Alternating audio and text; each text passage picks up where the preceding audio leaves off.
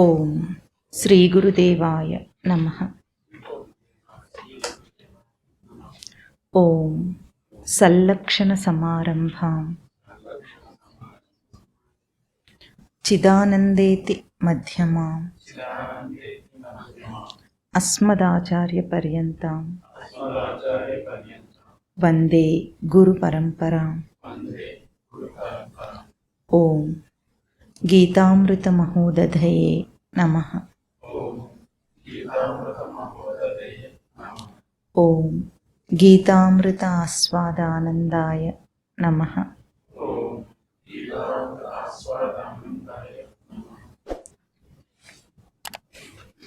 ఎక్కడున్నాం?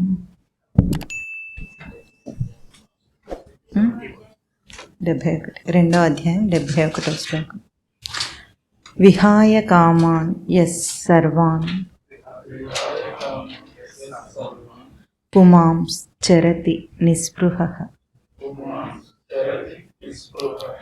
నిర్మమో నిరహంకారః స శాంతిమధిగచ్చతి. ఏషా బ్రాహ్మీ స్థితిః పార్థ నైనాం ప్రాప్య విముహ్యతి. స్థిత్వా స్యాం అంతకాలేపి బ్రహ్మనిర్వాణం రుచ్యతి. ఓం తత్సత్. ఇతి శ్రీమహాభారతే భీష్మపర్వణి శ్రీమద్భగవద్గీతాసు ఉపనిషత్సు బ్రహ్మవిద్యాయాం యోగశాస్త్రే శ్రీకృష్ణార్జున సంవాదే సాంఖ్యయోగో నామ ద్వితీయోధ్యాయః.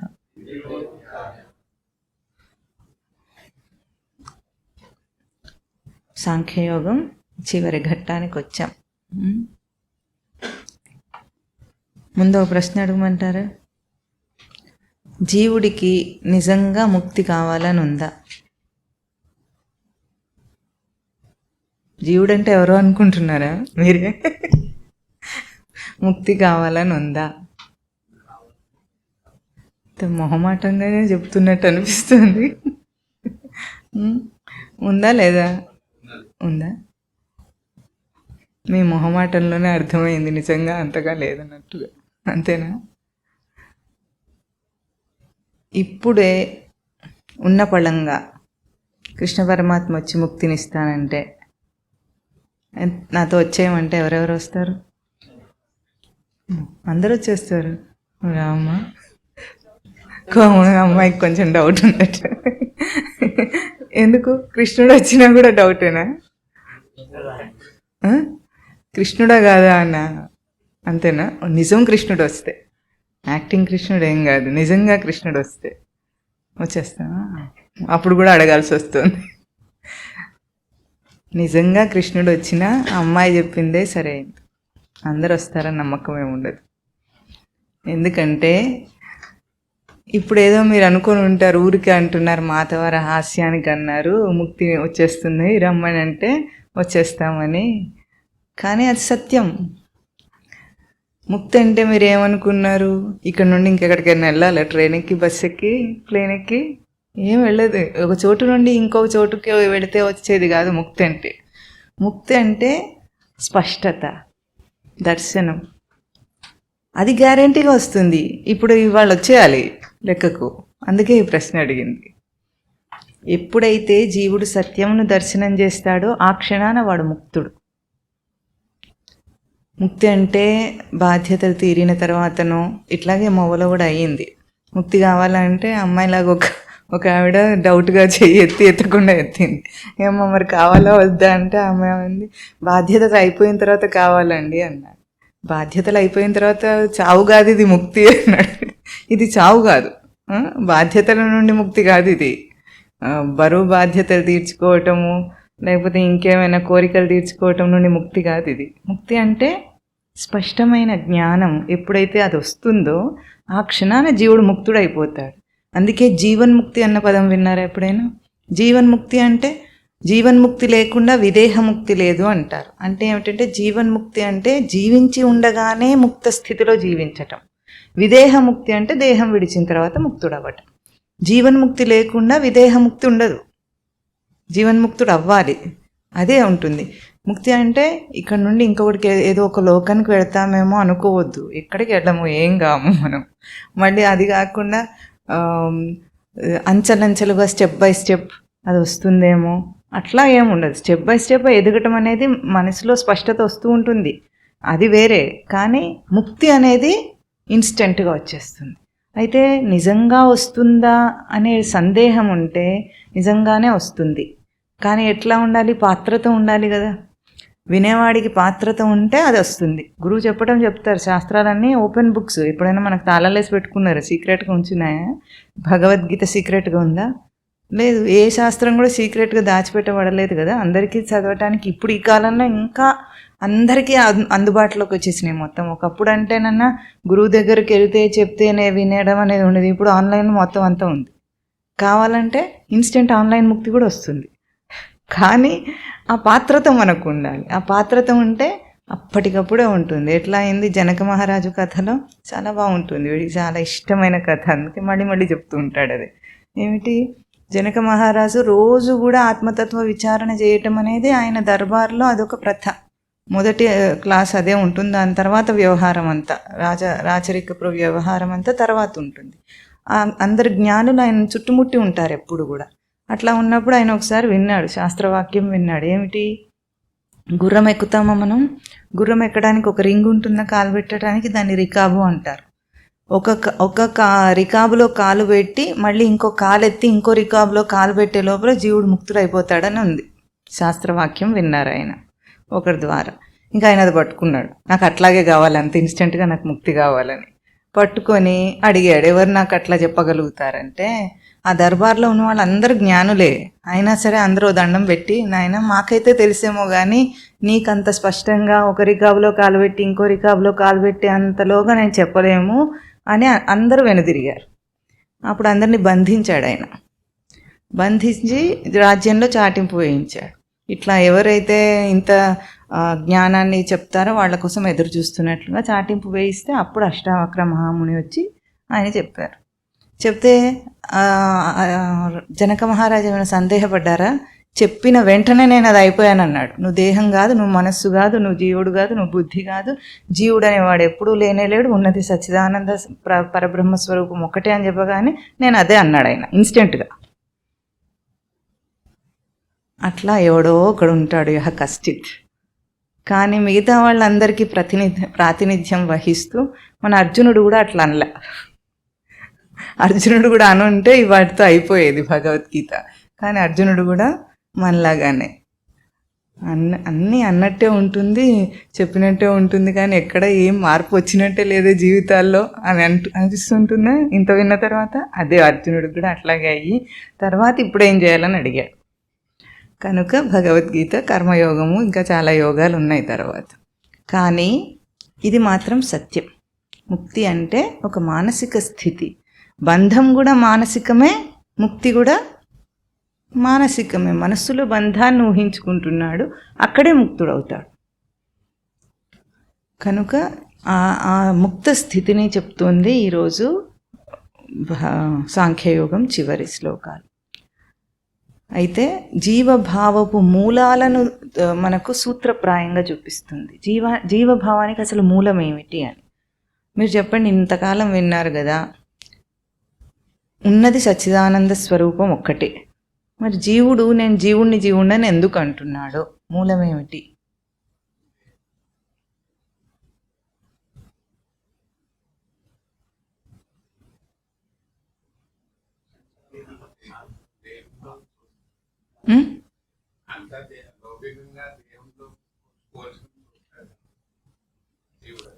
అసలు దేహంతో పోల్చుకొని చూడటానికి వాడు జన్మనెత్తిన తర్వాత దేహము అన్నీ వస్తాయి, లౌకికం అంతా వస్తుంది. అసలు వాడు జీవుడు ఎట్లా అయ్యాడు? కోరికలు అనేది ఒక కారణమైన ఇంకా మూలం ఇంకోటి ఉంది.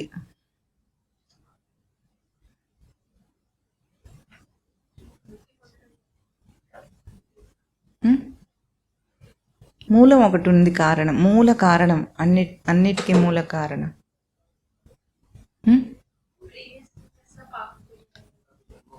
గత జన్మ వాసన ఉండాలంటే మొదటి జన్మ ఎందుకు వచ్చింది వాడికి అని అడగట.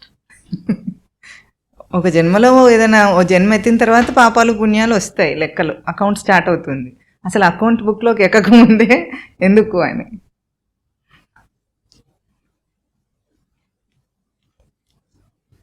ఒక రాజుగారు కొడుకున్నాడు, సంతలో తప్పిపోయాడు. వాడు ఇప్పుడు భిక్షాటన చేసి బ్రతుకుతున్నాడు. ఎందువలన? తెలియదు. ఇదే అంతే సమాధానం, తెలియదు. తెలియకపోవడాన్నే అజ్ఞానం అంటుంది శాస్త్రం. మొత్తం అన్నిటికీ మూల కారణం అవిద్య, అజ్ఞానం అని శాస్త్రం చెప్తుంది. అంటే తెలియకపోవటం వల్లనే జీవుడయ్యాడు. కానీ ఇప్పుడు కూడా మనకు ఎందుకు జీవం భావం ఉంది అంటే తెలియకపోవటం వల్ల. అంతే, సింపుల్ ఆన్సర్ అది. తెలుసుకుంటే పోతుంది. ఆ క్షణాననే ఎప్పుడైతే రాజుగారు కొడుకని తెలుసుకుంటే అతని పేదరికం పోయినట్టేనా? దానికి ఏమైనా కృషి చేయాలా? మళ్ళీ తెలుసుకోవటానికి ఏదైనా కృషి చేయాలి, కానీ తెలిసిన తర్వాత అంతే.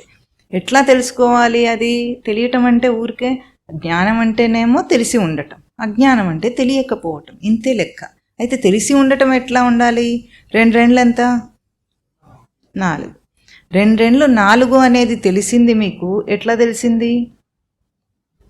తెలుసుకుంటే తెలిసింది. ఎట్లా తెలిసిందంటే మళ్ళీ ఎప్పుడైనా మీకు 2 రెండ్లు 4 అని అయితే చెప్తున్నారు, కానీ ఎప్పుడైనా లెక్క తప్పుతుందేమో అట్లా సందేహం వచ్చిందా మీకు? ఎప్పుడన్నా వచ్చిందా?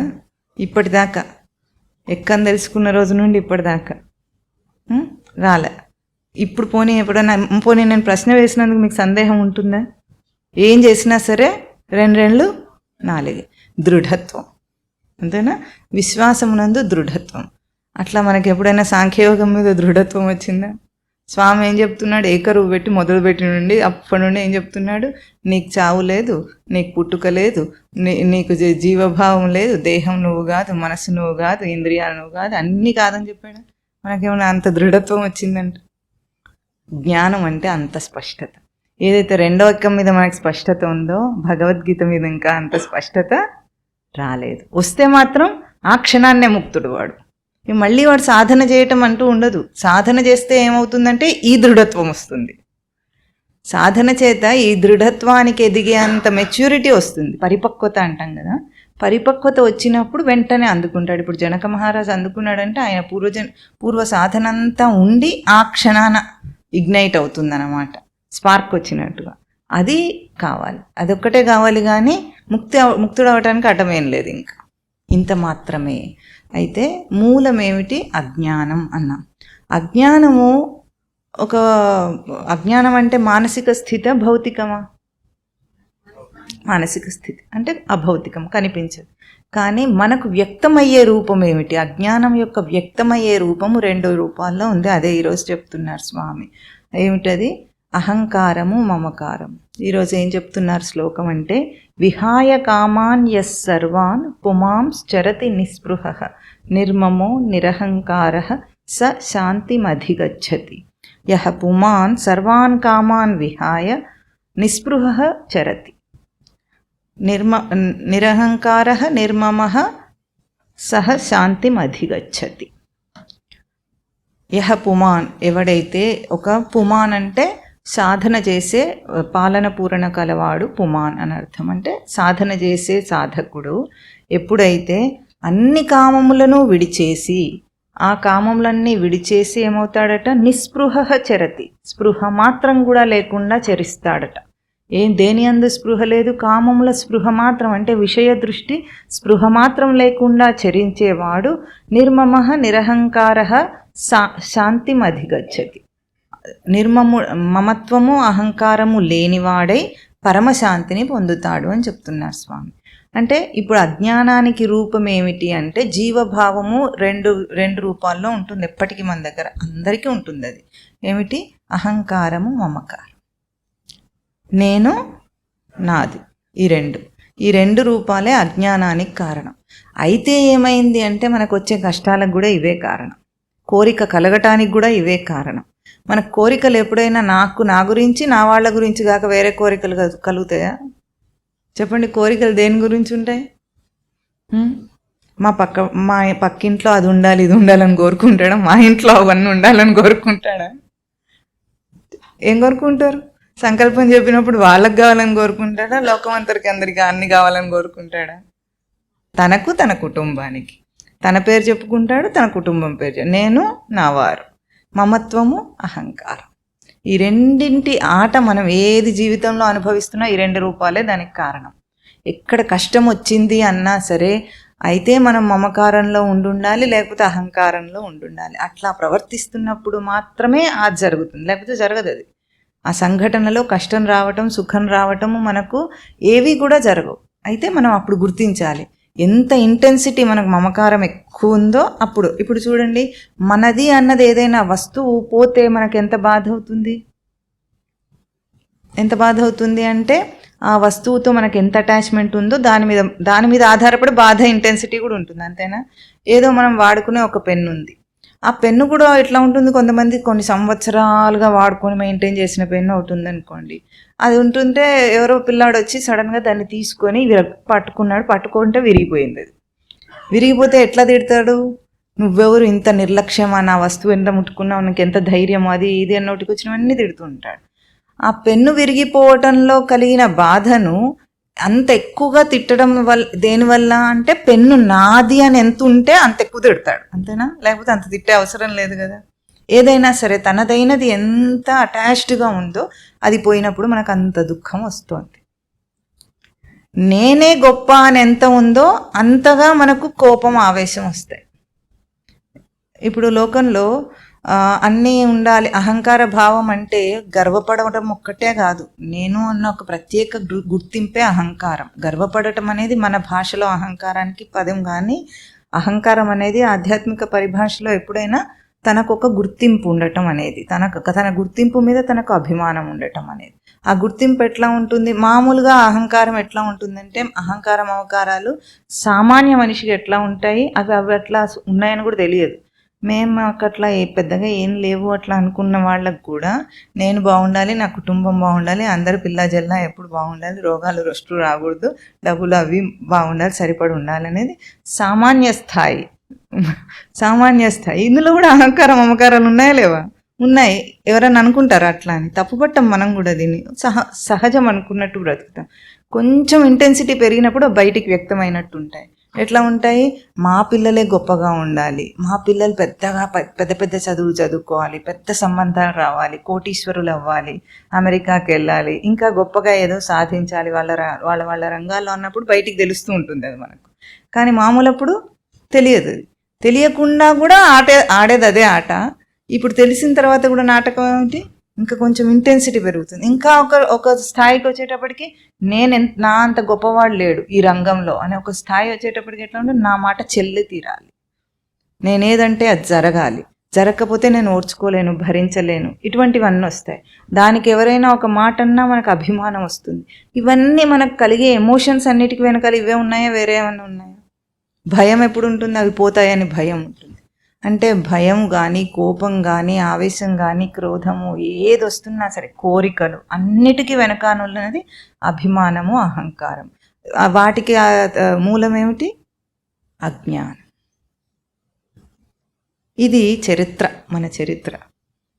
ఇప్పుడు సాధన చేత ఏమవుతుంది? సత్యం ఎప్పుడైతే తెలుసుకున్నాడో, మొట్టమొదటి సత్యం ఏమిటి? శాస్త్రం మనకు చెప్తుంది, గురువు మనకు చెప్తున్నది ఏం సత్యము?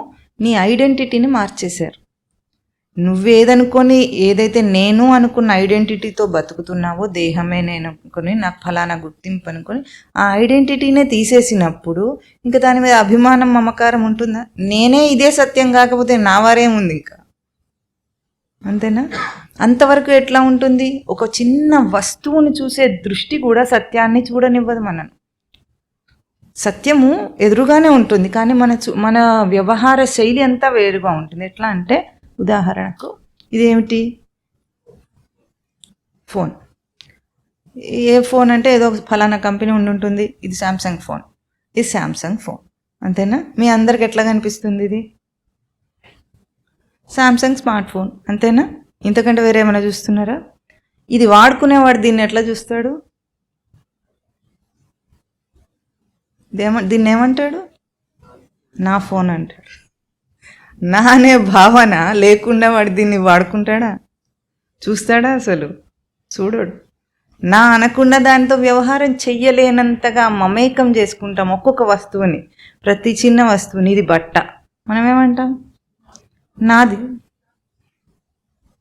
అన్నిటికీ ఆ మాటలు. దీన్ని బట్టగా ఎప్పుడన్నా చూస్తామా? చూడము. నా బట్టగానే చూస్తాం. ఇది వ్యష్టి మనః అంటారు. అంటే వ్యక్తిగతంగా బ్రతకటం. అందరూ దీనికి బానిసలే. అజ్ఞానం ఉన్నంతసేపు ఇది పోదు. నా అనేది పోదు. ప్రతిదీ, చెప్పుల దగ్గర నుండి నా చెప్పులు, నా నా నా లేకుండా ఉందా? ఏదన్నా చూసుకోండి మీ జీవితంలో. లేదు. ఇది ఉన్నంతసేపు మనిషికి శాంతి ఉండదు. ఎందుకు శాంతి ఉండదంటే, ఏది తనదిగా చేసుకోవాలనుకున్నవి ఏవి కూడా తనవి కావు. మనం ప్రయత్నం చేస్తాం అంతే, కానీ అవి మనల్ని విడిచిపోతాయి. ఆ విడిచిపోయినప్పుడు కలిగే బాధనే మనకు ఈ ఫోన్లలో అలాంటివి తెలియవు కానీ మనుషుల్లో తెలుస్తుంది, మనుషుల్లో బంధాల్లో తెలుస్తూ ఉంటుంది. విడిచిపోయినప్పుడు బాధపడుతున్నాం. ఈ బాధలే సత్యం అనుకున్నట్లుగా దీంట్లోనే ఉంటున్నాం. ఎంతవరకు సత్యం తెలియదంటే మన ఐడెంటిటీ మార్చుకునేదాకా మనకి సత్యం అర్థంగా మనకు ఆ బాధ పోదు. ఇది ముఖ్యమైన సూత్రం. అంటే ఇప్పుడు మనని ఏమీ అనటం లేదు శాస్త్రం. మారుమన్నదంటే ఏం మారుమన్నది? ఇవన్నీ బయటవన్నీ ఏం మార్చుకోమని లేదు, వీళ్ళందరిని వదిలేయమని లేదు, ఏమీ అనలేదు. ఏమన్నది? Shift the identity. ఇది మార్చుకొని నువ్వెవరో తెలుసుకో. నేనెవరిప్పుడు? ఇదంతా రావటానికి గల మూల అజ్ఞానం ఎట్లా పోతుంది? నేనెవరు అన్న ప్రశ్న తెలిసి. నేనెవరు? పుట్టే దేహం నేను కాదు, మనస్సు నేను కాదు, జన్మలనెత్తేది నేను కాదు, ఏది నేను కాదు. మరి నేనెవరు? ఎప్పుడు మారకుండా ఉండేది ఏది ఉందో సృష్టిలో అది నేను. నేను అని ఒక జ్ఞాని అంటాడు, నేను అని ఒక అజ్ఞాని కూడా అంటాడు. అందుకని ఎవరైనా నేనని మాట్లాడాలి కదా.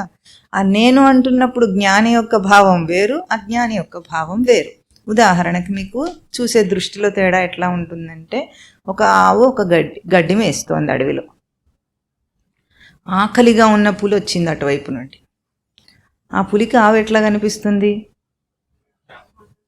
మంచి ఆహారం దొరికింది అనిపిస్తుందా లేదా? ఈ పూటకు నాకు సరిపడా ఆహారం దొరికింది, నా ఆకలి తీరిపోతుందని చాలా సంతోషంగా ఉంటుంది. ఆవును ఆ దృష్టితో చూస్తుంది. ఇటువైపు నుండి ఆవు దూడ వచ్చింది. ఆవు దూడకు ఆవు ఎట్లా కనిపించింది? నాకు పాలిచ్చి నా ఆకలిని తీరుస్తుంది మా అమ్మ అని చూసింది, అంతేనా? అంటే ఇప్పుడు ఆవులో ఏమన్నా తేడా వచ్చిందా? ఆవు అట్లాగే ఉంది, గడ్డి మేస్తూ ఉంది, అదేం అనలే. సిచ్యువేషన్ ఏమైనా మారిందా? ఏమీ మారలేదు. ఎక్కడ మార్పు ఉంది? చూసే దృష్టిలోని. దృష్టి చూడటంలో ఎంత మార్పు ఉంది? ఎంత మార్పు ఉంది? హస్తి మసకాంతం ఉంది. అంటే ఏనుక్కి దోమకున్నంత తేడా ఉంది. దాన్నేమో ఆహారం అన్నంతగా చూసింది పులి. ఇది నాకు ఆధారం అన్నట్టుగా చూసింది. ఎంత తేడా ఉందో అంత తేడా ఉంటుంది మన విజన్ మారితే. జీవితం అంత మార్పు వస్తుంది. అంటే సృష్టిలో ఏ భేదం ఎప్పుడు రాదు. సృష్టి ఎప్పుడు స్పష్టంగానే ఉంది. ఎంత మనకు అల్లకల్లోలంగా అధర్మంగా కనిపించినా, ఎన్ని కష్టాలతో నిండి ఉన్నట్టు కనిపించినా అది అట్లా లేదు. అది సచ్చిదానందమయమై ఉంది. అది ఆ తేడా రావాలంటే మన దృష్టి అంత మారాలి. ఆ దృష్టి మారి మళ్ళీ అట్లాగే ఉంటుంది జీవితం. దృష్టి మారిన తర్వాత జీవితం ఏం మారదు, ఇట్లాగే ఉంటుంది, సుఖంగా ఉంటుంది. సుఖం అంటే శాంతి. ఏ శాంతిని మనం కోరుతున్నామో, జీవుడు అనాదిగా కోరుతున్నాడో, ఏ ఆర్తి లోపల ఉందో అది పోతుంది. ఇక్కడ కావాల్సింది ఏమిటి? నిర్మమ నిరహంకార. ఇక్కడ ఏమంటున్నారు? ఈ జ్ఞాని ఎట్లా అయ్యాడట? అన్ని కోరికలను విడిచిపెట్టాడట. ఎందుకు విడిచిపెట్టాడప్ప? ఆయనకు అంత వైరాగ్యం ఎందుకు వచ్చింది? కోరికలన్నిటినీ విడిచిపెట్టి నిర్మమ, మమకారము అహంకారం లేనివాడు ఎందుకు అయ్యాడు? ఒక్కటే కోరిక, కోరే దాని వెనుక ఎప్పుడు మనం ఈ సూత్రం మర్చిపోద్దు. ఎందుకు కోరుతున్నాము? మనకు వెల్తి ఉంది కాబట్టి దాన్ని కోరాము. వెల్తి లేకపోతే మనం అది కోరము. మనలో ఏదో కావాలి, దాని నుండి మనం ఏదో ఎక్స్పెక్ట్ చేస్తున్నాం. ఎక్స్పెక్టేషన్ లేకుండా దేన్నైనా అప్రోచ్ అవుతారా? ఎక్స్పెక్టేషనే మిజరీకి కారణం. ఇప్పుడు జ్ఞాని ఏం చేస్తాడు? కోరికలు వదిలేయటం అంటే దాని నుండి ఏమీ కోరడు. తన కర్తవ్యాన్ని మాత్రం చేస్తాడు. చెయ్యకుండా ఉండి ఖాళీగా కూర్చోడు. అక్కడ ఏం కోరడంటే ఇంకేం పని లేదన్నట్టు కూర్చోడు. దాని నుండి ఏది ఎక్స్పెక్ట్ చేయొద్దు. ఎందుకు? దాని నుండి తీసుకునేది ఏదైనా నేను తీసుకుంటానా అది ఇస్తుందా? తీసుకునేది ఎవరు? అది ఏమీ ఇవ్వదు. విషయం కానీ వస్తువు కానీ మనకి ఏమీ ఇవ్వదు. వ్యక్తి కానీ అన్నీ వాళ్ళ నుండి మనమే తీసుకుంటాం. కాబట్టి ఇప్పుడు ఏం చేస్తాడు? తనలో పరివర్తన వచ్చింది కాబట్టి దాని నుండి ఏది ఎక్స్పెక్ట్ చేయడు. ఇది ఫలమును విడిచేయటం అంటే. ఫలమును విడిచేయటం అంటే ఫలం రాకుండా ఉండదు. ఏదైనా ఒక పని చేస్తే దానికి ఫలం రాకుండా ఎట్లా ఉంటుంది? తప్పకుండా వస్తుంది. కానీ ఆ ఎక్స్పెక్టేషన్ ఉండదు జ్ఞానికి. అది విహాయ కామాన్ అంటే కోరికలన్నిటినీ విడిచేయటం అంటే. కోరిక అంటే ఏమిటి అసలు? నేను ఈ పని చేస్తే నాకు అది రావాలి, అంతే కదా. ఊహ, ఇమాజినేషన్. అది రావాలి రావాలి అని ఊహించుకొని చేస్తాం ఏ పనైనా. ఆ ఎక్స్పెక్టేషన్ని వదిలేయాలి. ఎప్పుడైతే ఎక్స్పెక్టేషన్ వదిలేసి మీరు అదే భార్య పిల్లలు ఉద్యోగం ఇదే పని కదా మీరు చేసేది, ఆ పనిలోనే ఎక్స్పెక్టేషన్ వదిలేయండి. ఎంత శాంతి వస్తుందో మీకు ఆ చిన్న దాంట్లో అర్థమైపోతుంది. ఎక్స్పెక్టేషన్ పని చేస్తే జీతం ఇవ్వటం అనేది సహజం. దానికి ఎక్స్పెక్ట్ చేయాల్సిన అవసరం ఏముంది? టాలెంట్ చూపించాలనేది తన టాలెంటా? అది వాళ్ళ మెప్పు కోసమా? మెప్పు కోసం అయితే దుఃఖం వస్తుంది, మెప్పు రానప్పుడు. నా బుద్ధిని నేను వాడుకుంటున్నాను. టాలెంట్ అంటే స్కిల్ అంటే లోపలిది కదా. దాన్ని నేను ఉపయోగిస్తున్నాను అనుకొని చేస్తే వాడు ఒప్పుకున్నా సరే, వాళ్ళు దాన్ని అప్రిషియేట్ చేసినా చేయకపోయినా తనకు తృప్తి. వాళ్ళ తృప్తి కోసం చేస్తే వాళ్ళకి తృప్తి రావచ్చు, రాకపోవచ్చు. దాన్ని మనం మార్చలేం కదా. లోకంలో ఏది మనం మార్చలేము. అంత అప్పుడు ఎక్స్పెక్టేషన్ ఎందుకు దాని నుండి? ఆ ఎక్స్పెక్టేషనే భారం అవుతుంది.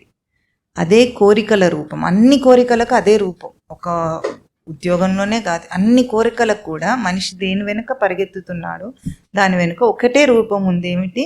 దాని నుండి ఏదో కోరుతున్నాడు, దాని మీద ఆధారపడుతున్నాడు. తన వెల్తిని తీర్చుకోవడానికి దాని మీద. ఈ సూత్రం మర్చిపోద్ది ఎప్పుడు దేన్ని అప్రోచ్ అయినా సరే. అప్పుడు అక్కడ నుండి వస్తుందా రాదా అన్న విచారణ మీరు చేసుకోగలుగుతారు. ఎక్స్పెక్టేషన్ ఉన్న చోట ఇంకా ఆలోచననే ఉండదు, పరిగెత్తటమే ఉంటుంది. ఆ ఎక్స్పెక్టేషన్ లేకుండా ఒక నిమిషం ఉంటే మనం ఆగి విచారణ చేసుకోగలుగుతాం. అవసరమా అవసరం లేదా, నాకు వస్తుందా రాదా, వస్తుందా రాదా అనే ప్రశ్న లేదు అక్కడ. నాకు ఇక్కడ అవసరమా ఇది, అవసరం లేదు, అక్కడే తేలిపోతుంది. మనం ఆ నిలకడ రావాలంటే ఎక్స్పెక్టేషన్ ఆపాలన్నమాట. ఎక్స్పెక్టేషన్ మనను పరిగెత్తిస్తుంది. అందుకే విహాయ కామాన్ పుమాంశ్చరతి నిస్పృహ. స్పృహ మాత్రం కూడా దాని నుండి నాకేదో వస్తుంది అనుకోవద్దు. విషయం ఎప్పుడు తనకు సుఖాన్ని కానీ సంతోషాన్ని కానీ ఇవ్వలేదు. ఉదాహరణకి ఎన్నోసార్లు చెప్పుకున్నాం, మూడు బాగుంటే మనం ఏదైనా తిన్నా ఆస్వాదిస్తాం. మనం మూడు బాగలేకపోతే అదే పదార్థం అట్లాగే సర్వ్ చేయబడింది, అదే వ్యక్తి ద్వారా సర్వ్ చేయబడింది, మారిందేమి? మూడు. అంటే ఈ పదార్థం వల్ల కనుక సుఖం రావాల్సింది ఉంటే మన మూడుతో సంబంధం లేకుండా మనకు సుఖాన్ని ఇవ్వాలి. కానీ అది ఇవ్వలేకపోయింది కదా. ఎందుకు? మూడు బాగాలేనప్పుడు ఎందుకు మనకు అది సంతోషాన్ని ఇవ్వలేకపోతుంది? ఇక్కడ ప్రూవ్ అవుతుంది. మూడు బాగలేకపోతే అది మనకు ఎందుకు సంతోషాన్ని ఇవ్వలేకపోయింది?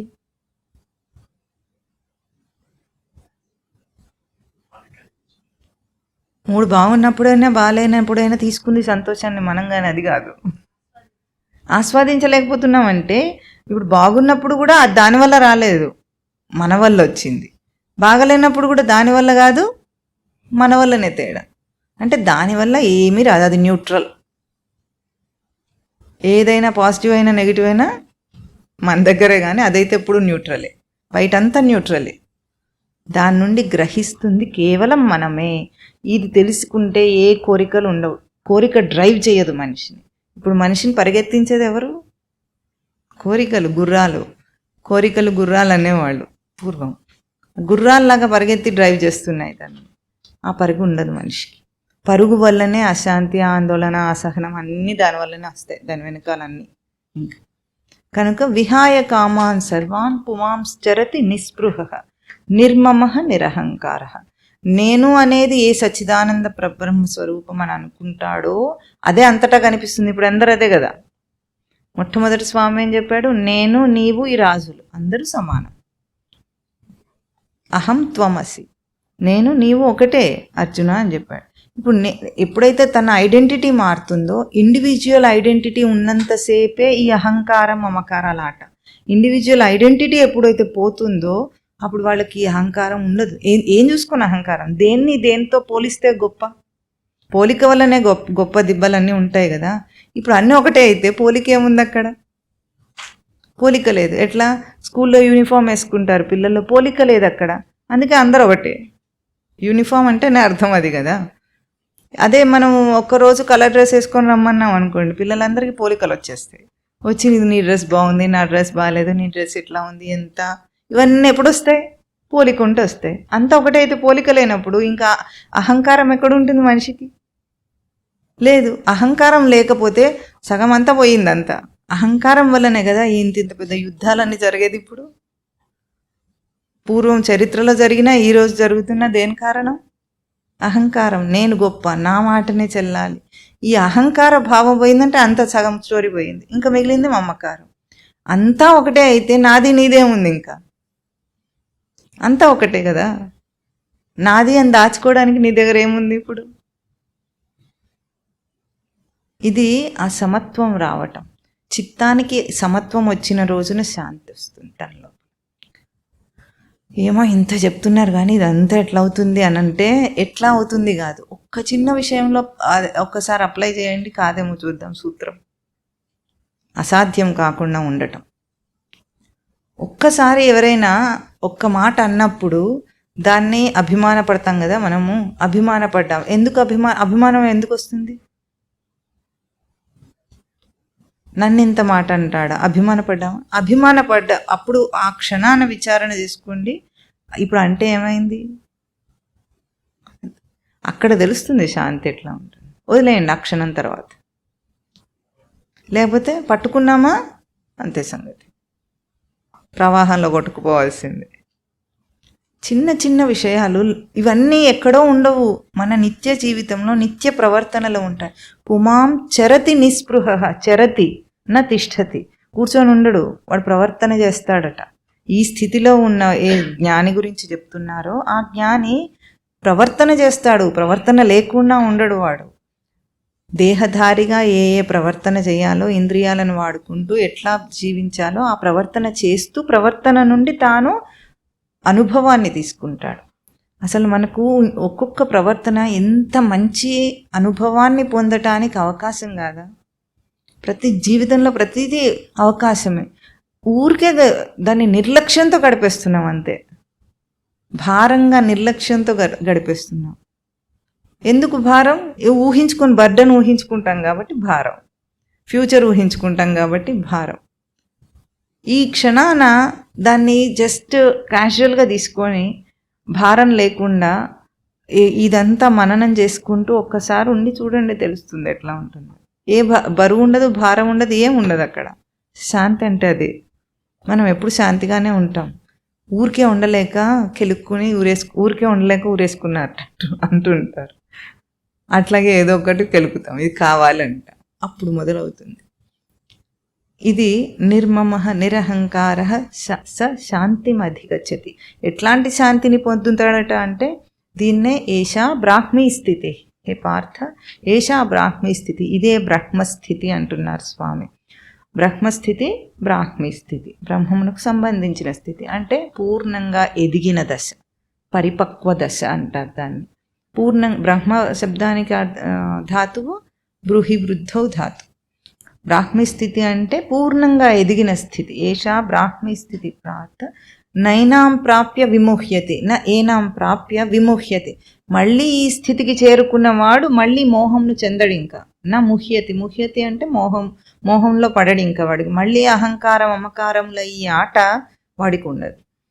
స్థిత్వా అస్యాం అంతకాలేపి బ్రహ్మ నిర్వాణం రుచ్యతి. అస్యాం అంతకాలేపి స్థిత్వా, ఈ స్థితి అందు అంతకాలమునందు అంటే దేహం విడిచే సమయంలో కూడా ఈ స్థితిలందు నిలిచిన వాడు బ్రహ్మ నిర్వాణం రుచ్యతి, బ్రహ్మ నిర్వాణమును పొందుతాడు.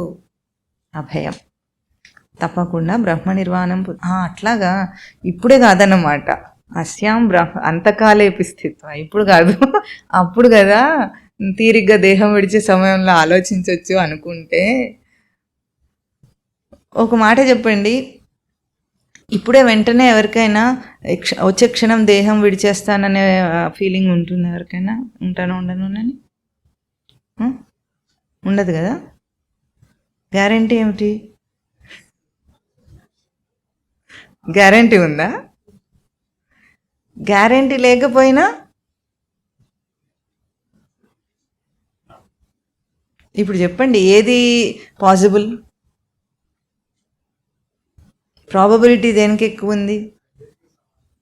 సమానంగా ఉందని ఎట్లా చెప్తారు? ఇప్పుడు అప్పుడెప్పుడో ఒక ప్లేన్ క్రాష్ అయింది, అది వెళ్ళి ఏదో హాస్టల్ మీద పడింది. హాస్టల్లో డైనింగ్ హాల్లో పిల్లలు తింటున్నారు, జరిగిందా లేదా? ఇదేం కట్టుకథ కాదు కదా, మీరే వార్తల్లో వినుంటారు. ఆ తింటున్నవాడు అనుకుని ఉంటాడా పైనుండి ప్లేన్ వస్తుందని? అనుకుంటాడా? అనుకోడు. వచ్చిందా లేదా? అట్లా ఎవడికొకడికి వస్తుందంటే ఎంతమందికి అవుతోందో. మనకు రాదని మన గ్యారెంటీ ఏమిటి?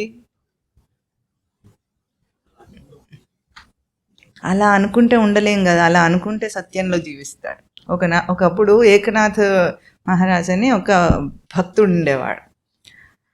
ఆయన భక్తిలో అనన్య భక్తితో ఉండేవాడు. అందరికీ కూడా బాగా ఆ ఏరియాలంతా పాపులర్ అయిపోయాడు, ఫేమస్ అయిపోయాడు.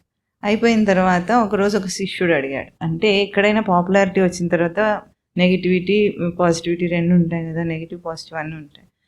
అతను ఏమన్నాడంటే, ఒక శిష్యుడు వచ్చి అడుగుతాడు, మిమ్మల్ని గురించి ఎంతోమంది చెడ్డగా కూడా అనుకుంటున్నారు, అది మీకు తెలుసు కదా, అయినా మీకేం అనిపించటం లేదా అని అన్నాడు. సో అయితే ఈయన ఏం చెప్పాడంటే, సర్లే తర్వాత చెప్తాను దాని సంగతి, కానీ నాకు ఈ దివ్య దృష్టి వల్ల ఒక విషయం తెలిసింది, ఒక వారం రోజుల్లో నీకు మరణం రాబోతుంది అని చెప్పాడు ఆ శిష్యుడి. చెప్పి నువ్వు ఇంటికి వెళ్ళిరా, అంతలోగా ఇంటికి వెళ్ళి మళ్ళీ చివరి రోజు వచ్చేసే ఇక్కడికి, మళ్ళీ అక్కడ మీ వాళ్ళని చూసుకున్నట్టు ఉంటుంది, వెళ్ళిరా అన్నట్ట. ఇంకా ఈయనేమో క్యాజువల్గా చెప్పాడు. అతనికి ఎట్లా ఉంటుంది? నెత్తి మీద బండపడ్డట్టు ఉంటుంది కదా. ఏదో అడిగితే ఏదో ఏం ప్రశ్న అడిగితే ఏం సమాధానం చెప్పాడు. అయితే ఇంకా అతనికి ఏం తోచట్లేదట. తోచకపోయినా ఇంటికి వెళ్ళాలి కదా అని బయలుదేరి దోవలో ఊరు వెంట వెడుతూనే ఉన్నాడు. వెళ్తూ ఉంటుంటే ఎంతోమంది పలకరిస్తున్నారు, తన గురించి తెలిసిన వాళ్ళు తెలియని వాళ్ళు, ఎన్నో విషయాలు జరుగుతున్నాయి, అన్నీ పోట్లాడుకుంటున్నారు. కొంతమంది ఏదో సంబరాలు చేసుకుంటున్నారు, అన్నీ చూసుకుంటూ పోతున్నాడు. తనతో బాగా మాట్లాడుతున్నారు కొంతమంది పట్టించుకోకుండా నిర్లక్ష్యంగా ఉన్నారు, కొంతమంది తిట్టుకుంటూ పోతున్నారు. ఏదో జరుగుతూనే ఉంది. అన్నీ జరుగుతుంటే అట్లాగే ఇంకేం పట్టించుకోవట్లేదు. అయినా వెళ్ళిపోయాడు, ఇంటికి వెళ్ళిపోయాడు. ఇంట్లో అందరితో మాట్లాడుతూనే ఉన్నాడు, అందరూ కూడా మామూలుగా ప్రేమగా ఉన్నారు, అన్నీ మామూలుగా సాగుతున్నట్టే ఉన్నాయి. కానీ అతను ఏమి పట్టించుకునే స్థితిలో లేడు. ఎందుకు లేడు?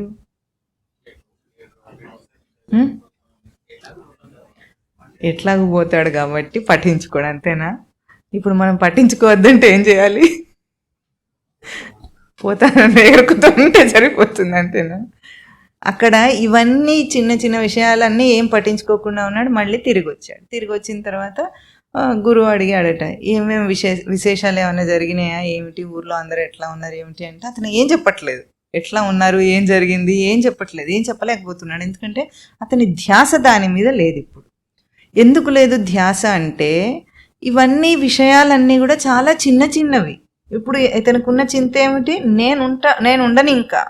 నేను ఉండను అన్న విషయం ముందు ఈ జరిగే విషయాలని చాలా చిన్నవి, ఇమ్మెటీరియల్, పట్టించుకోదగినవి కావవి. అంత చిన్న విషయాలు అవన్నీ. అట్లాగే ఉంటుందా లేదా ఎవరికైనా సరే? ఇవన్నీ ఎవడు పట్టించుకుంటాడు జనన మరణాల ముందు అంటే?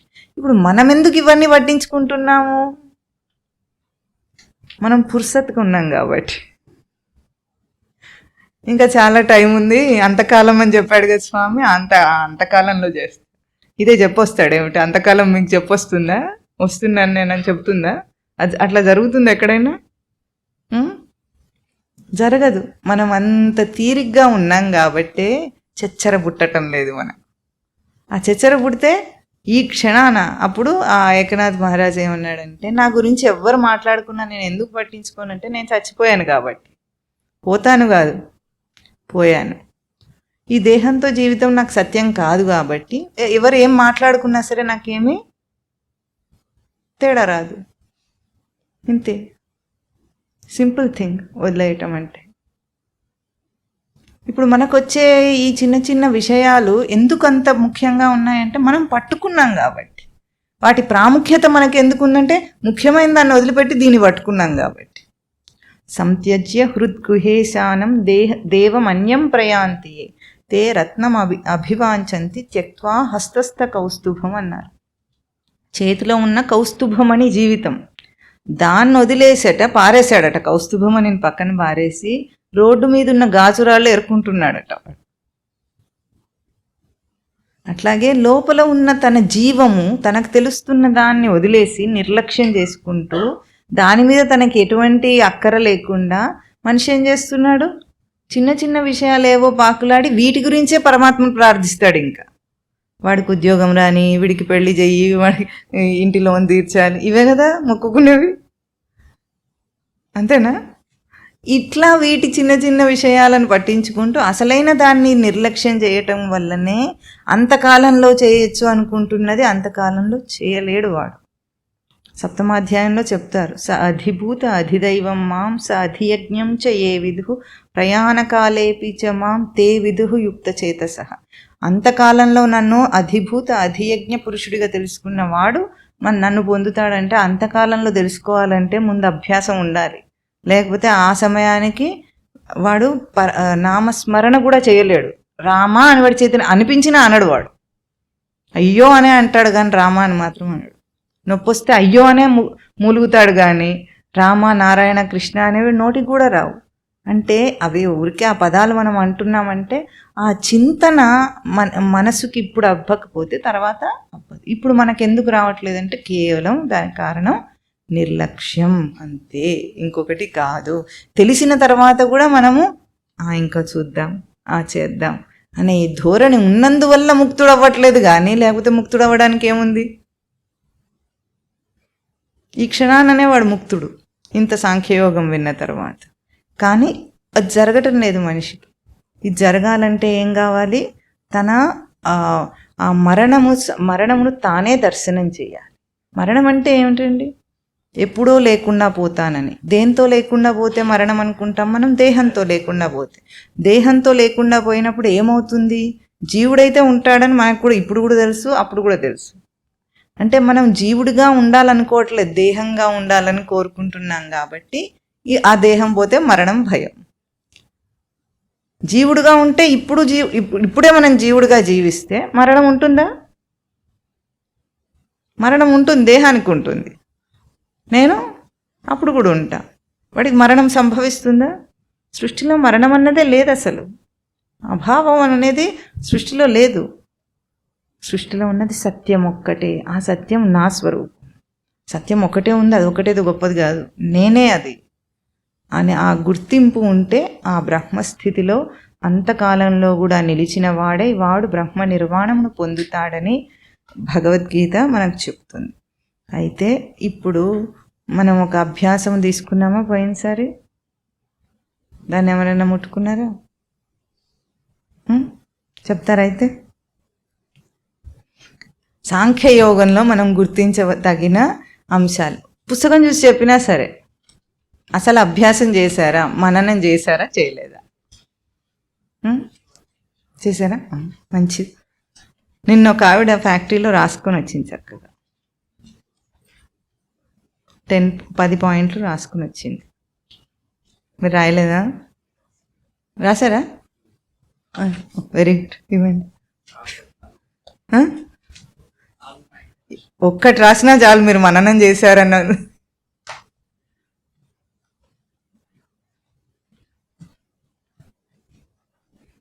చాలా సంతోషం. ఇదే మననాభ్యాసం. శ్రవణం తర్వాత ఏం జరగాలి? ఈ మననం చేయలేదనుకోండి, సాంఖ్యయోగం అయిపోయిందా? అయిపోయింది. ఏదో ఒక ముక్క చెప్పమంటే ఏం గుర్తుండదు మనకు. గుర్తే లేకపోతే జీవితంలో ఆచరణకు ఎట్లా వస్తుంది? సాంఖ్యం అయిపోయిందని మనం చేతులు దులుపుకోవటం కాదు ఇవాళ నుండి. మళ్ళీ వచ్చే వారం ఏముంటుంది? కర్మ. అసలైంది అదే కదా, కర్మలో పెట్టాలి దాన్ని. ఇప్పుడు అప్లికేషన్ ఏమంటున్నారు? భగవద్గీతలోని 2వ అధ్యాయమైన సాంఖ్యయోగం అత్యంత ముఖ్యమైనది. ఇది మొత్తం గీతకు ఒక సారాంశం వంటిది. మొట్టమొదటిది ఆత్మ నిత్యత్వం. ఆత్మకు పుట్టుక చావు లేవు. శరీరానికి మాత్రమే మరణం ఉంటుంది. ఆత్మ శాశ్వతమైనది. అంటారా లేదా? అవును అనండి కనీసం ఆయన రాసిన దానికి అనండి. అది మొహమాట పడకుండా అనాలి. ఇలాంటి వాటిలో మొహమాటం ఉండకూడదు, ఎటికసీస్ అన్ని మెయింటైన్ చేయకూడదు. ధర్మం, కర్తవ్యం.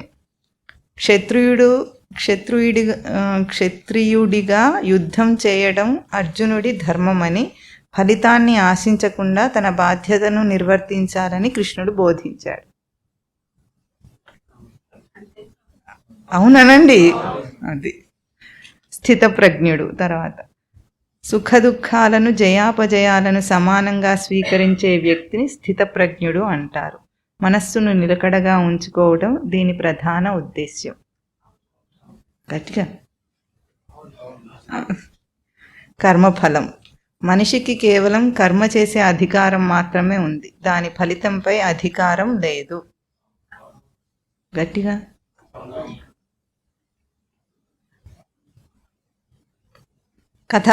సందర్భం రాశారు ఆయన. అధ్యాయం 2 శ్లోకాలు 72. సందర్భం: కురుక్షేత్ర యుద్ధంలో అర్జునుడు విషాదంలో ఉన్నప్పుడు కృష్ణ భగవానుడు జ్ఞానాన్ని ఉపదేశించాడు. చాలు, ఇంత ధారణలో ఉంటే ముందుకి. ఇది ఎప్పుడు రోజు ఉండాలి. ఒక్క రోజుకి ఈ రోజుతో రివిజన్ అయిపోయింది, ఎగ్జామ్ వచ్చినప్పుడు మళ్ళీ అంతకాలంలో అని చెప్పాడు కాబట్టి ఎగ్జామ్ అంతకాలంలోన ఈ మొత్తం జీవితం అంతా ఉంటుందా? ప్రతి చిన్న ప్రవర్తనలో ఎరుక కలిగి ఉండాలి. ఈ భావాలన్నీ కూడా ప్రతి చిన్న ప్రవర్తనలో ఎరుక కలిగి ఉంటే వాడు తప్పు చేయలేడు. ఎరుక తప్పితే చేస్తాడు. స్పృహలో ఉన్నప్పుడు ఎట్లా ఉంటాడు? కింద పడతాడా? పడడు. మత్తులో ఉన్నప్పుడే తూలుతాడు, అంతేనా? ఇప్పుడు దీనికి వీడు 20 పాయింట్లు మీరు గుర్తుపెట్టుకోవడానికి రాసుకొని మీకు ఇచ్చాను. సారాంశం: భగవద్గీత సాంఖ్యయోగం సారాంశం. మళ్ళీ ఆ శ్లోకాలు ఏవో మీరు చెప్పగలుగుతారేమో చూద్దామా? ఒక్కొక్క పాయింట్కి మీ శ్లోకం టకీమని చెప్పాలి.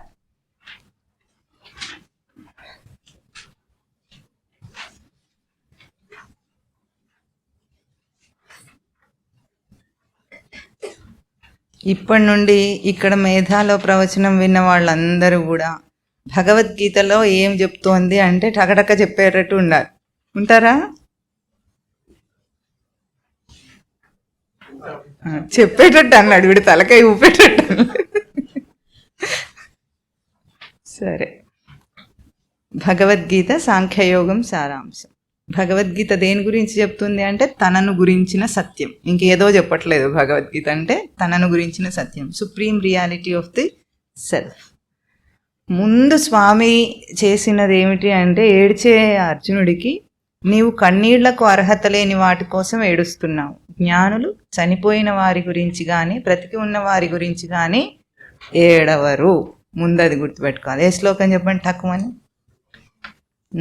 ఎవరది చెప్పింది? Very good. 2:11. మీరు కూడా చూసుకొని వచ్చారా? అన్ని అందరూ మననం చేసి వచ్చారా? Very good. నీకు దుఃఖం ఉందని గుర్తించు, దుఃఖంతో రాజీ పడద్దు. అసలు మనిషి చేస్తున్న పని ఏమిటి? లోకమంతా కష్టాలు లేవు అందరికీ, అదేదో మేమే వచ్చి ఇక్కడ కష్టాలు ఉన్నాయని చెప్పాల్సి వస్తుంది. ఎందుకు అంటే వాళ్ళు కాంప్రమైజ్ అయ్యారు, రాజీ పడి బ్రతుకుతున్నారు. ఇంతే జీవితం, ఇంకేముంటుంది ఇంతకంటే? వస్తుంటాయి పోతుంటాయి, ఓర్చుకుంటూ ఉండాలంతే. ఓర్చుకుంటూ ఉండాలనే ఆ భావము ఎవరికి ఉంది? ఆ పాండవుల్లో ధర్మరాజుకు తెలుసు మొత్తం కురువంశం అంతా నాశనం కాబోతుందని. భీష్ముడికి తెలుసు కురువంశం నాశనంగా, కాంప్రమైజ్ అయ్యారు, ఇంతకంటే వేరే లేదు. అర్జునుడు ఏం చేశాడు? ఆ దుఃఖాన్ని బయటికి చెప్పాడు. దుఃఖాన్ని గుర్తించాలి ముందు. దుఃఖాన్ని గుర్తిస్తే వచ్చేది ఏమిటి? బయటపడే ప్రయత్నం చేస్తాడు, లేకపోతే బయటపడే ప్రయత్నం చేయడు.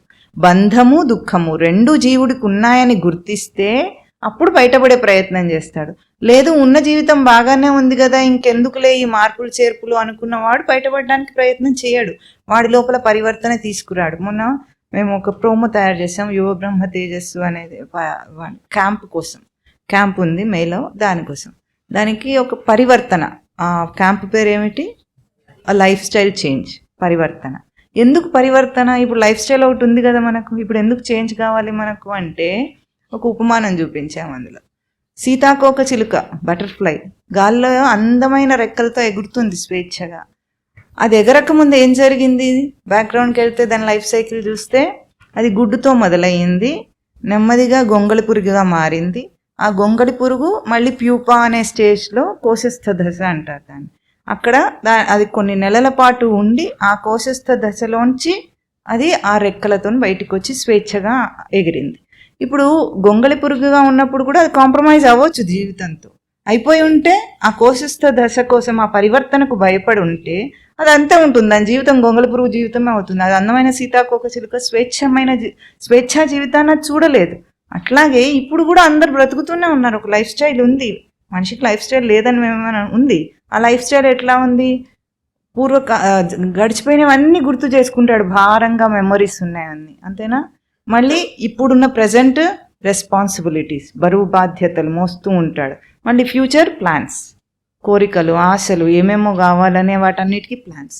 ఇదే బరువు బాధ్యతల జీవితమే ఇంతే సత్యం అనుకొని బ్రతికితే అసలు స్వేచ్ఛ, ఆనందం అనే జీవితంలో రానే రాదు వాడికి.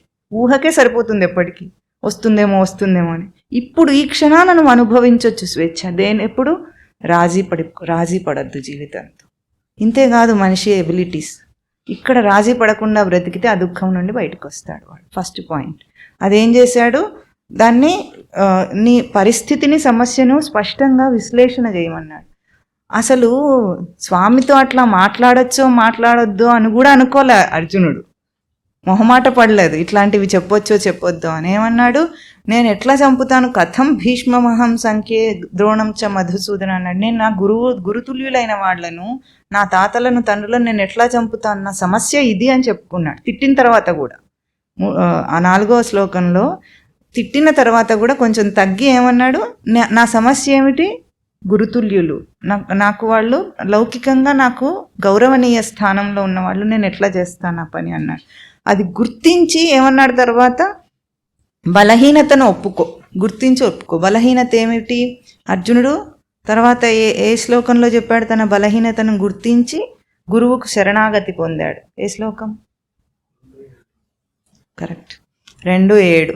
కార్పణ్య దోషోపహత స్వభావ పృచ్ఛామి త్వాం ధర్మ సమ్మూఢచేతాః యశ్రేయస్యాన్ నిశ్చితం బ్రూహి తన్మే శిష్యస్తేహం సాధిమాం త్వాం ప్రపన్నం. నేను ధర్మాధర్మమునందు మూఢత్వమును పొందాను. కార్పణ్య దోషం వచ్చింది నాకంటే, కృపణాభావం వచ్చింది నాకు. నేను ఏది నిశ్చయం చేసుకోలేకపోతున్నావు, ఏది నాకు శ్రేయస్కరమైందో నువ్వే నిశ్చయం చేసి నాకు చెప్పుమని జగద్గురువైన కృష్ణ పరమాత్మకు శరణాగతి పొంది శిష్యస్తేహం అన్నాడు. నేను నీకు శిష్యుడను, నన్ను శాసించు, సాధిమాం అన్నాడు. అది 2:7. స్వామి ఏం చెప్పాడు అప్పుడు, ఎట్లాగైతే భగవంతునికి చావు పుట్టుకలు లేవో అట్లాగే నీకు, నీ చుట్టూ ఉన్న నీ వారెవ్వరికీ చావు పుట్టుకలు లేవు. అయిపోయింది స్టోరీ. అండ్ ఇంకా భయం అవసరమా? నీ వాళ్ళు చచ్చిపోరు, నువ్వు చచ్చిపోవు, ఎవరికి ఏం ఆపద అపాయం కలగదు. ఏ శ్లోకం?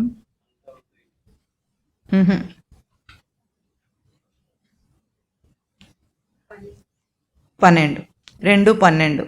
నత్వేవ అహం జాతున ఆసం నత్వం నేమే జనాధిపాః నచైవ న భవిష్యామః సర్వే వయం అతఃపరం. నేను, నీవు, ఈ రాజులు ఎవ్వరు కూడా ఒకప్పుడు లేక ఇప్పుడుండి తర్వాత ఉండబోరు అనే సమస్య లేదు. అంటే చావు పుట్టుకలు లేవని అర్థం.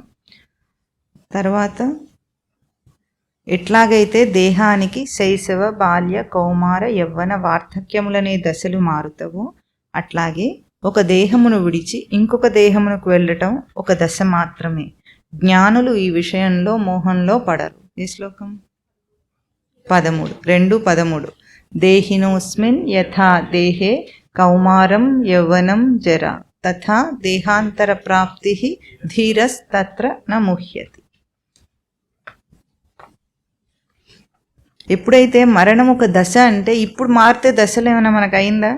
ఏం కాలేదు. ఎట్లాగో దశ అని గ్రహించినప్పుడు కేవలం దాన్ని సాక్షిగా చూస్తాడు, మారుతున్న దేహాన్ని సాక్షిగా చూస్తాడు. మారటం మనకు రాదు, వార్ధక్యం మనకు వచ్చిందా, దేహానికి వచ్చిందా?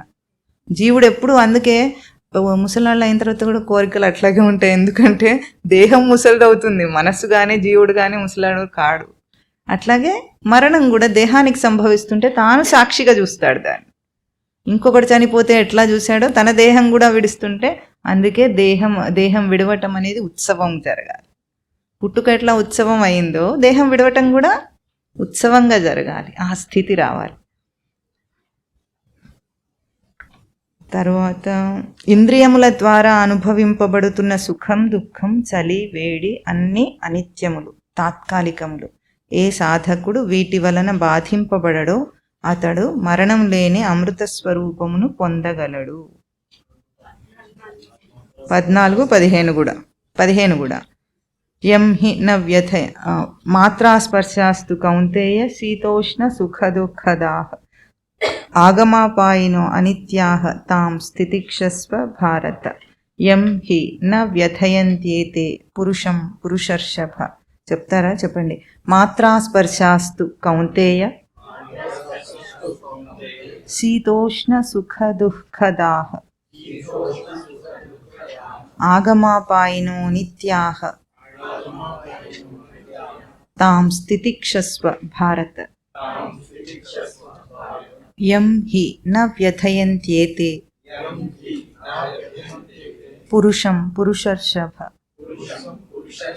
సమ దుఃఖ సుఖం ధీరం సో అమృతత్వాయ కల్పతే.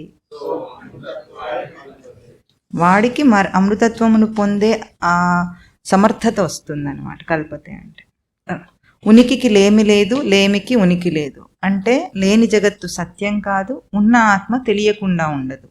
ఇది జ్ఞానులు దర్శించిన స్థితి. ఏ శ్లోకం? 2:16 చెప్పండి. నాసతో విద్యతే భావః నాభావో విద్యతే సతః ఉభయోరపి దృష్టోంతస్తు అనయోస్తత్వదర్శిభిః.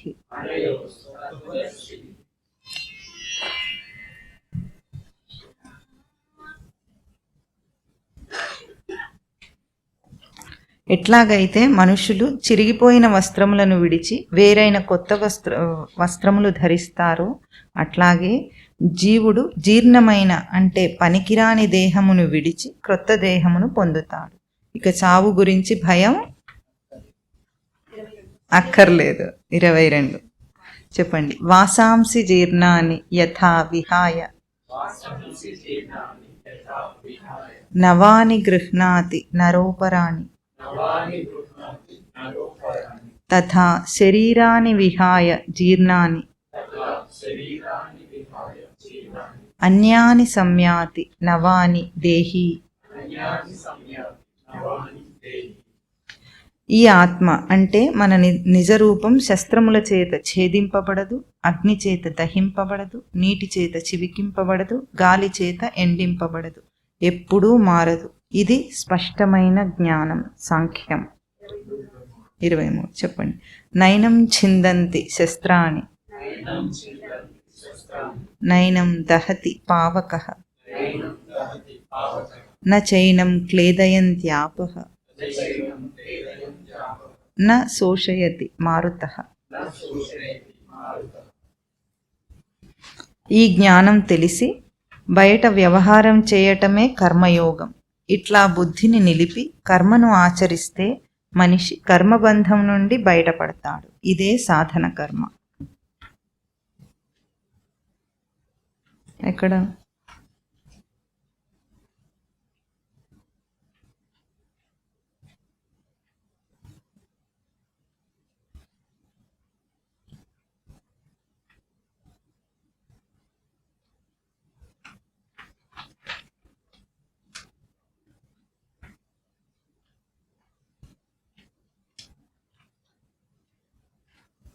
చాలా దూరం వెళ్ళిపోయామా?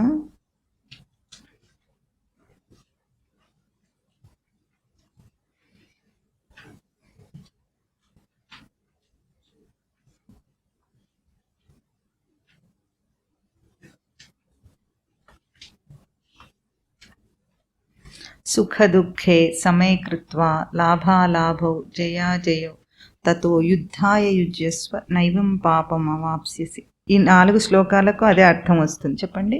సుఖ దుఃఖే సమే కృత్వా లాభాలాభౌ జయాజయౌ తతో యుద్ధాయ యుజ్యస్వ నైవం పాపం అవాప్స్యసి.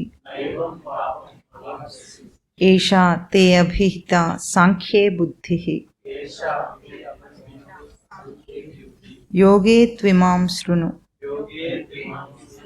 బుద్ధ్యా యుక్తో యయా పార్థ కర్మబంధం ప్రహాస్యసి.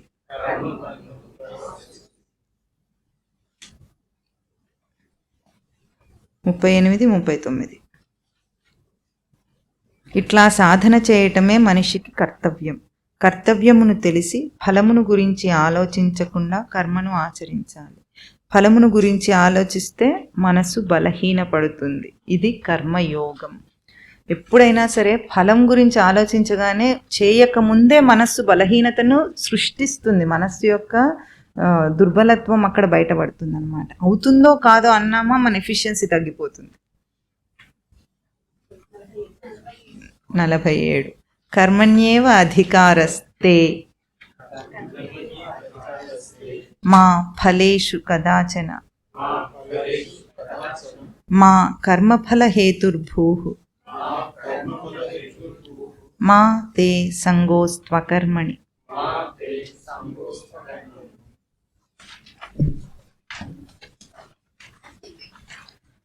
బయట పని జరుగుతుందో లేదో అని అనుకోకుండా, జరిగినా జరగకపోయినా తాను వికలం కాకుండా అంటే చెదరిపోకుండా స్థిరంగా ఉండటమే సమత్వం.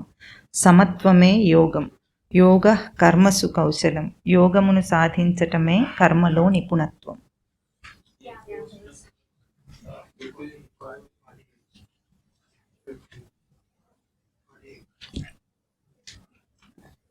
నలభై 48 నుండి మొత్తం అన్ని. యోగస్థ 48 నుండి యోగస్థ కురు కర్మాణి సంగం త్యక్త్వా ధనంజయ సిద్ధ్య సిద్ధ్యౌ సమో భూత్వా సమత్వం యోగ ఉచ్యతే. బుద్ధియుక్తో జహాతీహ ఉభే సుకృత దుష్కృతే తస్మాత్ యోగాయ యుజ్యస్వ యోగః కర్మసు కౌశలం.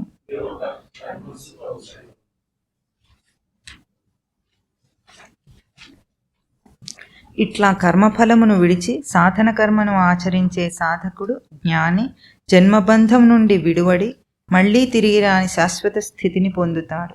ఇటువంటి జ్ఞానినే స్థితప్రజ్ఞుడు అంటారు. 55.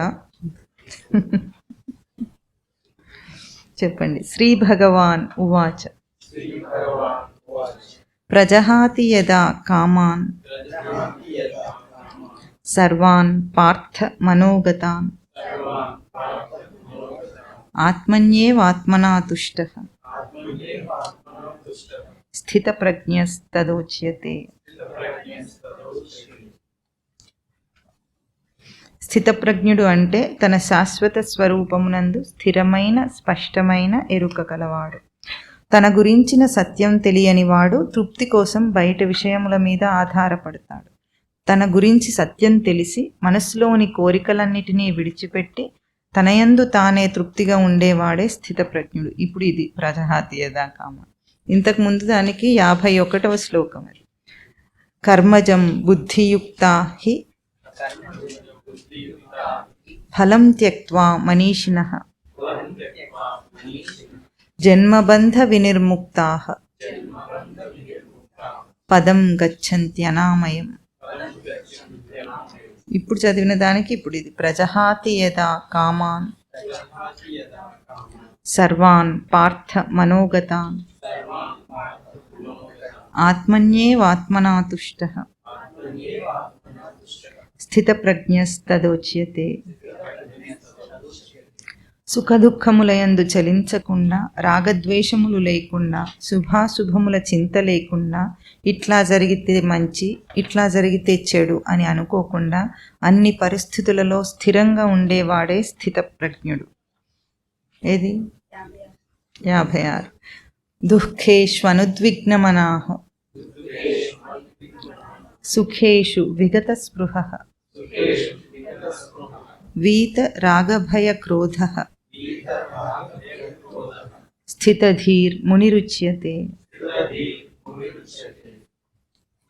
యస్సర్వత్ర అనభిస్నేహః తత్తత్ ప్రాప్య శుభాశుభం. న అభినందతి న ద్వేష్టి తస్య ప్రజ్ఞా ప్రతిష్ఠిత. అనవసర విషయముల జోలికి పోకుండా బయట విషయముల వలన అపాయం వస్తుందని అనిపించినప్పుడు తనలోకి తానే ఇంద్రియములను నిగ్రహించుకుని ఉండేవాడు స్థితప్రజ్ఞుడు. 58. యదా సంహరతే చాయం కూర్మోంగానీవ సర్వశః ఇంద్రియానింద్రియార్థేభ్యః తస్య ప్రజ్ఞా ప్రతిష్ఠిత.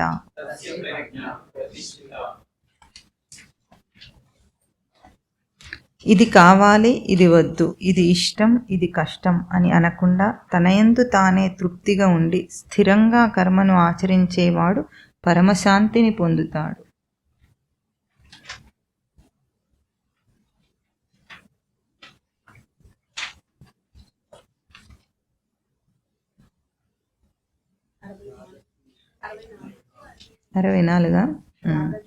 రాగద్వేష వియుక్తైస్తు విషయాన్ ఇంద్రియైశ్చరన్ ఆత్మవశ్యేర్ విధేయాత్మా ప్రసాదమధిగచ్చతి. ప్రసాదే సర్వదుఃఖానాం హానిర్ అస్యోపజాయతే.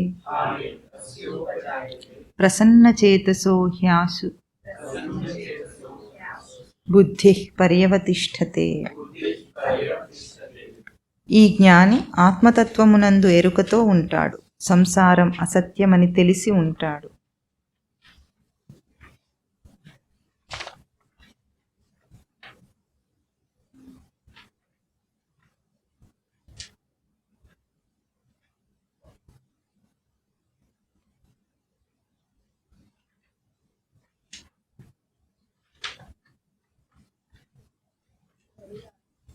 అరవై ఆరులో ఉందా అర్థం? 69. యా నిశా సర్వభూతానాం తస్యాం జాగర్తి సంయమీ యస్యాం జాగ్రతి భూతాని సా నిశా పశ్యతో మునేః. అందరు దేనిలో పడుకుంటాడో దానిలో జ్ఞాని మేలుకొని ఉంటాడు. అందరూ సంసారంలో మేలుకొని ఉంటారు, ఆత్మతత్వంలో నిద్రపోతుంటారు. జ్ఞాని సంసారంలో నిద్రపోతుంటాడు, ఆత్మతత్వం నందు మెలకువతో ఉంటాడు. ఈ జ్ఞాని సంసారమునందు స్పృహ కూడా లేకుండా అన్ని కోరికలను విడిచి అజ్ఞానం వలన కలిగిన అహంకార మమకారములను విడిచి పరమశాంతిని పొందుతాడు. 71. విహాయ కామాన్ యస్ సర్వాన్ పుమాంశ్చరతి నిస్పృహః నిర్మమో నిరహంకారః స శాంతిమధిగచ్చతి. ఇదే బ్రహ్మస్థితి, పూర్ణంగా ఎదిగిన స్థితి. ఈ స్థితిని పొందిన సాధకుడు మళ్ళీ మోహమును పొందడు. దేహం విడిచే సమయంలో కూడా ఈ స్థితిలో నిలిచిన వాడై మళ్ళీ తిరిగి రాని శాశ్వత స్థానమును చేరుకుంటాడు. 72. ఏషా బ్రాహ్మీ స్థితి పార్థ నైనాం ప్రాప్య విముహ్యతి. స్థిత్వాస్యాం అంతకాలేపి బ్రహ్మనిర్వాణం రుచ్యతి. ఓం తత్ సత్. ఇతి శ్రీమహాభారతే భీష్మపర్వణి శ్రీమద్భగవద్గీతాసు ఉపనిషత్సు బ్రహ్మవిద్యాయాం యోగశాస్త్రే శ్రీకృష్ణార్జున సంవాదే సాంఖ్యయోగో నామ ద్వితీయోధ్యాయః. ఓం తత్ సత్. ఈ చివరి వాక్యం బాగా గుర్తుపెట్టుకోండి. మేమేం సాధన చేస్తాం, మాకు ఇప్పుడే ఏముంది, అవన్నీ అనుకోవద్దు ఎప్పుడు. ప్రతి చిన్న ప్రవర్తనలో తరిచి చూసుకోవటానికి ఇక్కడ ఏం రాశారు, భగవద్గీత యొక్క ఈ సంపూర్ణ జ్ఞానం ప్రతి మనిషికి వర్తిస్తుంది. సంసారంలో బరువు బాధ్యతలు మోస్తున్న సామాన్యుడికి, ఆధ్యాత్మిక సాధనలో ఎదుగుతున్న సాధకుడికి, పూర్ణంగా ఎదిగిన జ్ఞానికి కూడా తనను తాను తరచి చూచుకోవటానికి, ఆత్మ పరిశీలన చేసుకోవడానికి గీటురాయి వంటివి ఈ స్థితప్రజ్ఞ లక్షణాలు. ఎప్పుడు మనది ఏ స్థాయి అని మనకు నిస్పృహ, దానికి ఏం అక్కర్లేదు, డిసప్పాయింట్మెంట్. ఇక్కడ విన్న దాన్ని బట్టి ఏ ఒక్క చిన్న విషయంలో మనకు అనుభవం వచ్చినా సరే చాలా గొప్ప విషయం. అది లైవ్ అవ్వటం అంటే సజీవ అవ్వటము చిన్నదైనా సరే గొప్ప విషయం. అది మనం అనుకున్నంత తేలిగ్గా తీసుకోవాల్సింది కాదు. ఒక్కసారైనా స్ఫురణకు వచ్చింది, ఒక విషయంలో ప్రవర్తిస్తున్న ఆ విషయ కాలంలో వచ్చిందంటే వాడు ధన్యుడు. ఎందుకంటే వాడి జీవితంలో మార్పు తథ్యం వచ్చి తీరుతుంది. ఇది మనం వేసే ఒక్క అడుగు. దాని తర్వాత 10 అడుగులు స్వామి ముందుకు లాగుతాడు. ఈ విశ్వాసం ఉంటే తప్పకుండా ఆ పరివర్తన మనలో వస్తుంది. ఓం తత్ సత్.